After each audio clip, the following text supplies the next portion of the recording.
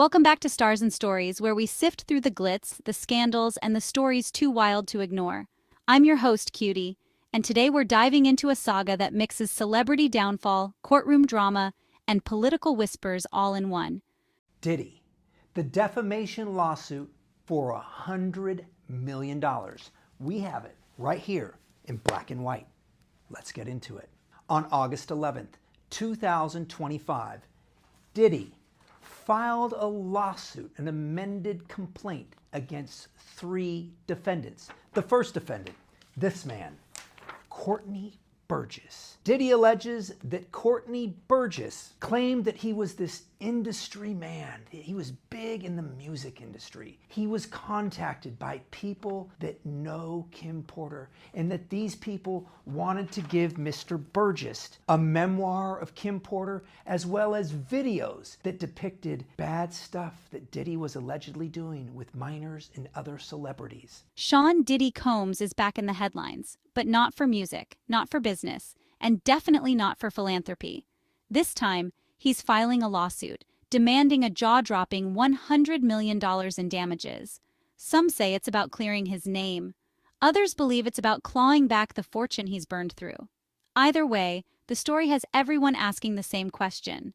Is this a legal strategy or a last-ditch effort to stay afloat? The $100 million claim. So here's where it all begins. Diddy has filed a defamation lawsuit in the Southern District of New York. The defendants? Courtney Burgess, attorney Ariel Mitchell, and the news outlet News Nation. According to court documents, they're accused of spreading false claims and pushing damaging stories about Diddy. Stories involving alleged tapes, diaries, and incriminating material that painted him in the darkest light possible. Diddy's team insists that these accusations caused severe harm to his reputation and triggered a media firestorm that he's still struggling to control. Now here's the catch. This isn't Diddy's first lawsuit in this battle. Back in January, he was already suing Burgess for $50 million over defamation. This latest move doubles down, raising the stakes to $100 million and pulling in new defendants. His attorneys argue that the falsehoods were deliberately spread to poison the public's perception of him, influence potential jurors, and ultimately destroy his career. But critics are asking, why now? Why escalate this fight while he's still entangled in his own mountain of legal troubles? Diddy's financial shadow.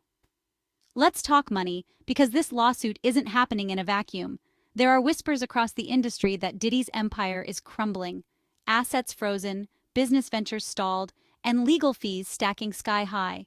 It's no wonder some insiders are saying this lawsuit is less about reputation and more about desperation. They claim Diddy is trying to recover funds, or at the very least, create a narrative that paints him as the victim rather than the aggressor.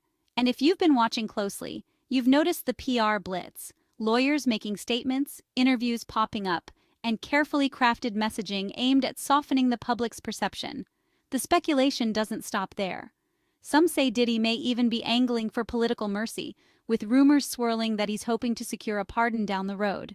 But given his past criticism of certain politicians, the irony is hard to ignore. For a man who once positioned himself as a cultural leader, seeing him now grasp at legal and political straws is a dramatic turn. The courtroom confusion. Here's where things get murky. Remember the chatter about Kim Porter's alleged diary? At first, Diddy's side dismissed it as fake. Then suddenly, it existed, but was said to belong to the children. The back and forth left people confused and gave the impression that maybe, just maybe, there was something real that Diddy wanted to bury. Fast forward, and the same dance is happening with these alleged videos.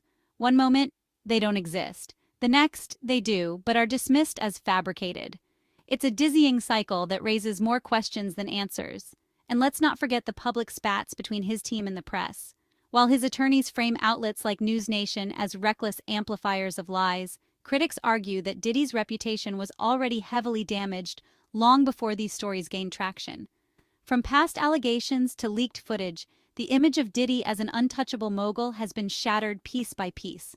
Suing journalists and lawyers might slow the bleeding, but it doesn't erase the memories already burned into the public's mind.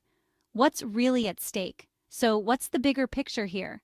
On one hand, Diddy's legal team is fighting to reframe him as a man wronged by reckless media and opportunistic lawyers.